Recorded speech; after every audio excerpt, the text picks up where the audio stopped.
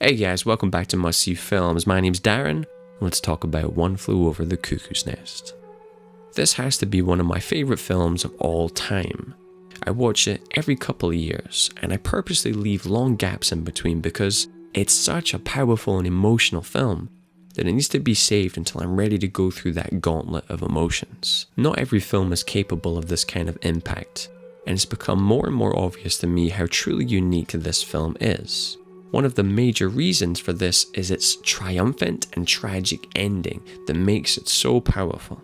So let's look at how the themes, characters, and structure contribute to that cathartic ending and help One Flew Over the Cuckoo's Nest stand the test of time as a cinematic masterpiece. One of the most compelling things about the narrative is it leaves you with a mixture of feelings as the credits roll. It achieves something that many filmmakers and screenwriters aim for, which is both a positive and negative ending. Instead of giving an unrealistic Hollywood ending of positivity or a pessimistic indie ending, the film delivers something much more complex. On the one hand, it's tragic because our main character is beaten by his enemy and fails to destroy the system.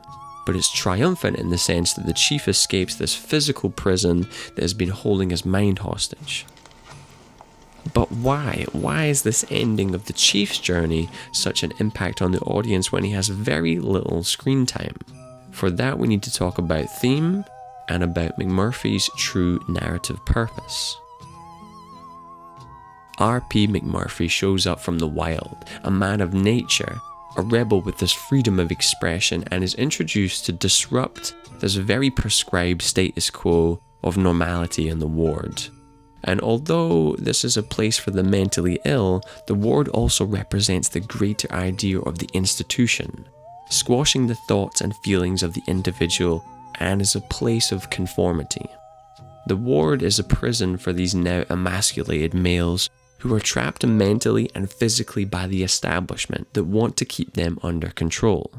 Nurse Ratched is the front man for this system, and although she is the target of all of the conflict of the film, she is in fact a pawn of this seemingly well-intentioned system. This conformity is represented through the patient's routine, the calm order of the ward, and Nurse Ratched keeping the men in check with her power of authority and manipulation. The men are shown as victims of mental illness, but are actually victims of oppression, keeping them from fully living. So McMurphy's purpose isn't to show up and destroy the evil nurse, despite his stick-it-to-the-man attitude. His true narrative purpose is to remind the men of who they really are and expose the mental and physical shackles that they have become blind to.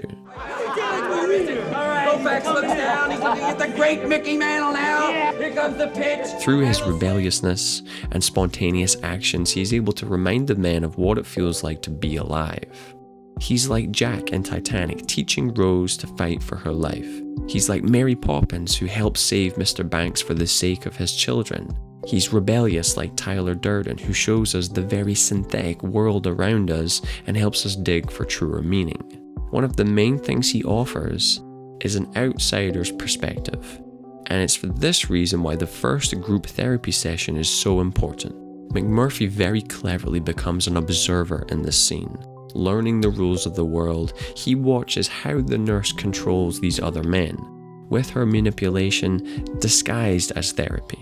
She knows the exact buttons to push in all of these men to keep them in order and have her way. Whether it's Billy's mother, Hardin's wife, or even opening the baseball game to a vote, seemingly fair, but she's already very certain how these men will respond. Now, there's nothing particularly evil that she does here, but it's what's going on inside. It's the pleasure that she takes in keeping these men in check. It's the faint smiles and grins that she gives McMurphy as she gets her way, and the realization of the system working against him starts to take hold. I genuinely think that she thinks she's doing the best thing for these men, and all great villains should feel like they're the good guy in their own stories.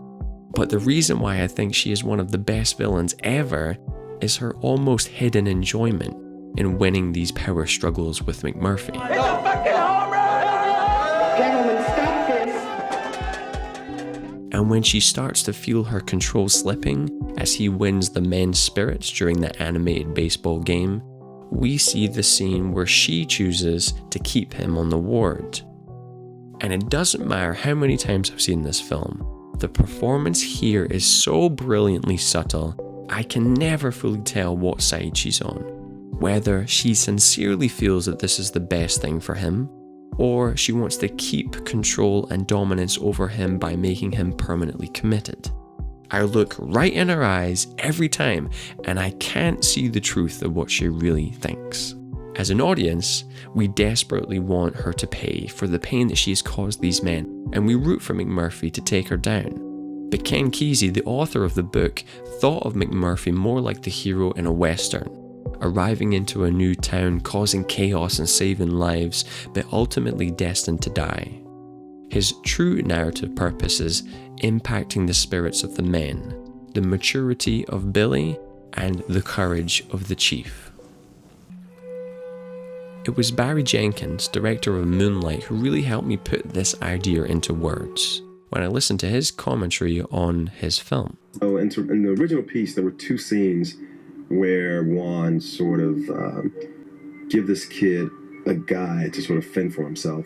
And I wanted there to be a moment of, I don't want to say spiritual transference, but some sort of like deep connection between these two.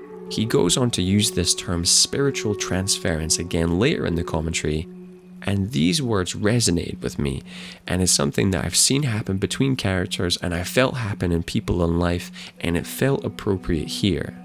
That McMurphy had done enough for the chief to spark that will to live again. Now, not all the men are ready to be set free, but the chief watches in wonderment at McMurphy. He's fascinated when he breaks out for the first time, unearthing something deep inside him. This connection might have been even more prominent in the book, as the chief acts as the central point of view character, and he looks at McMurphy's character with a sort of romance. It's the chief that becomes the real observer over the course of the film, and his final action is carefully and subtly set up throughout the film, as Milos Forman deliberately cuts to the chief at crucial moments in the film. When McMurphy attempts to lift the water fountain, when he thinks that McMurphy has been shocked for the first time, he comes to McMurphy's rescue during a fistfight with the workers. And it's the chief that takes the action of talking and revealing his true character to him. An obvious act of trust, because it's the nature in McMurphy that the chief feels in himself, and it's why his courage steadily grows throughout the film, until we reach this moment. So many things are paid off in this final sequence. McMurphy has set the chief free mentally, calling himself as big as a mountain. I feel big as a damn mountain. The chief repays the savior by setting McMurphy's soul free, knowing after years in the ward that living as a mindless slave isn't living at all.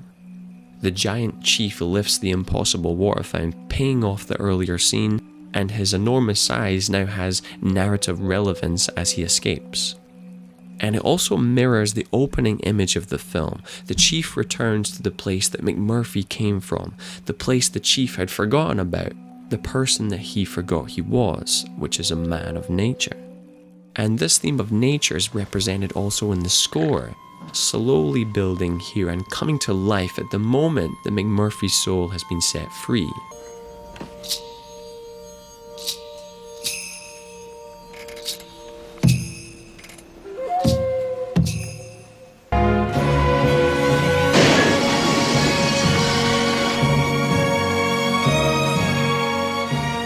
Creating a feeling for the audience of triumph despite the tragedy.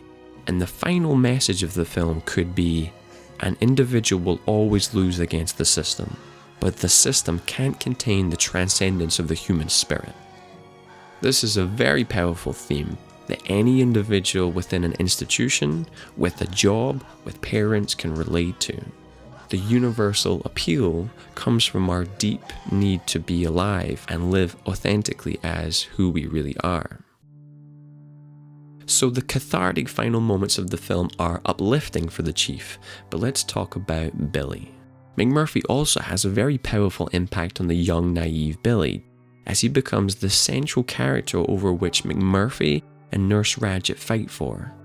Unlike most of the other patients, Billy is a young man.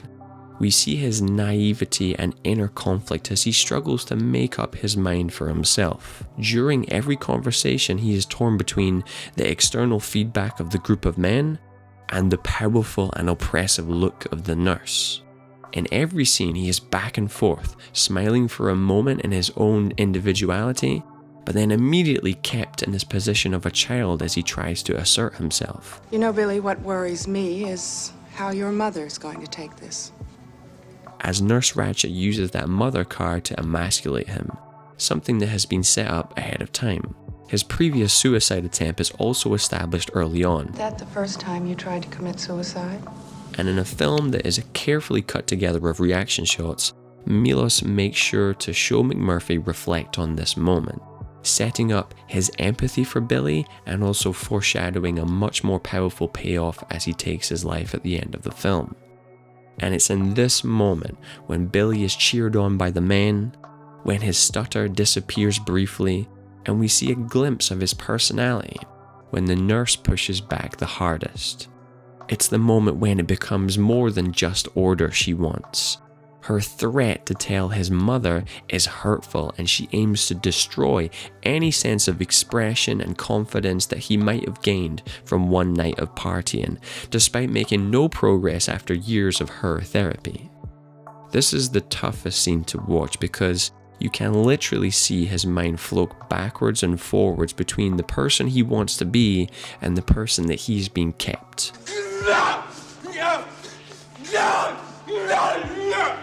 It's the hurt and agony as we see him being dragged away that turns this drama into a tragedy. And it's Nurse Ratched's insistence on maintaining order in the most chaotic of situations that causes McMurphy to explode.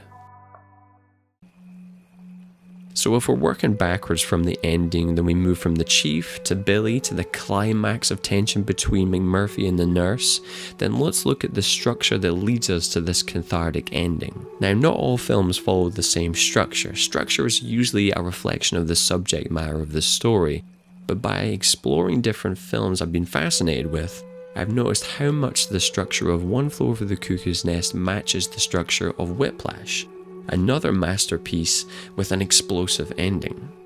A new character is introduced and disrupts the current status quo.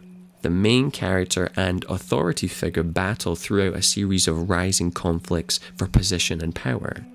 The film intercuts time alone to develop our hero, and during the battle scenes they crescendo to new levels of conflict, until finally two characters come face to face in a confrontation that crosses all the previously established boundaries.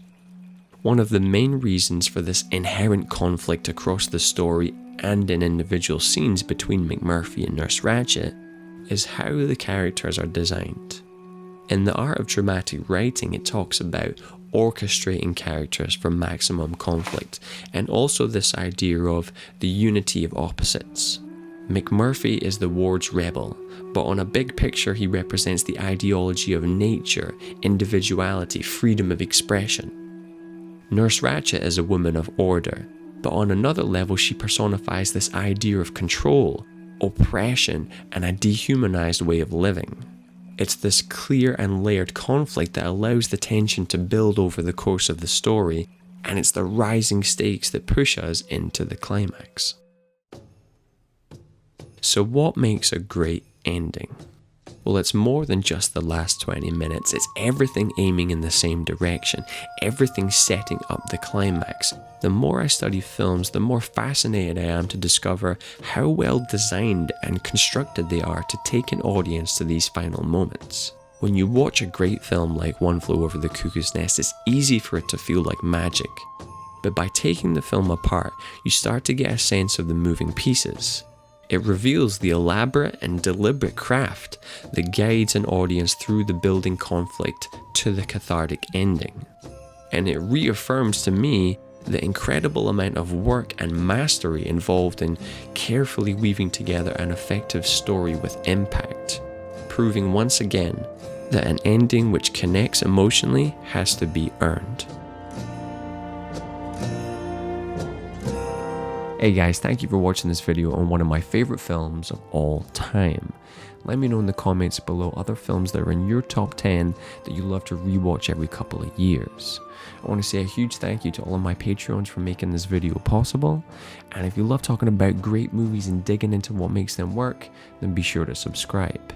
If you're interested in films that deliver more than the surface level, then check out my video on Michael Clayton. Huge thank you for watching, and I'll see you in the next video for Midnight Special.